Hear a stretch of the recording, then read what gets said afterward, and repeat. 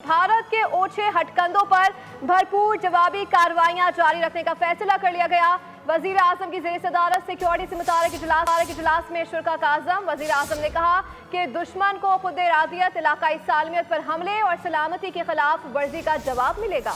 भारत के ओछे हथकंडों पर भरपूर जवाबी कार्रवाइयां जारी रखने का फैसला किया गया है। वजीर आजम की ज़ेर सदारत सिक्योरिटी से मुताल्लिक़ इजलास में शुरा ने आज़म किया। वजीर आजम ने कहा कि दुश्मन को खुद इरादियत, इलाकाई सालमियत पर हमले और सलामती के खिलाफ वर्जी का जवाब मिलेगा।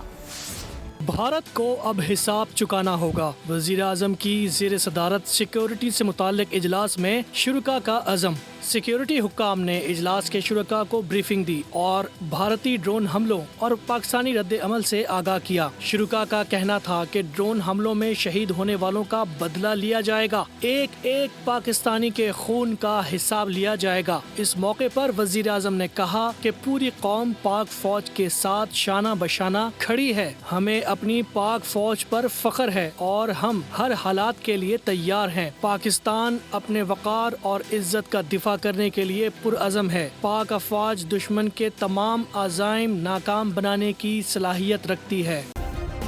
सब्सक्राइब करें और बेल दबाएं ताकि कोई खबर रह न जाए।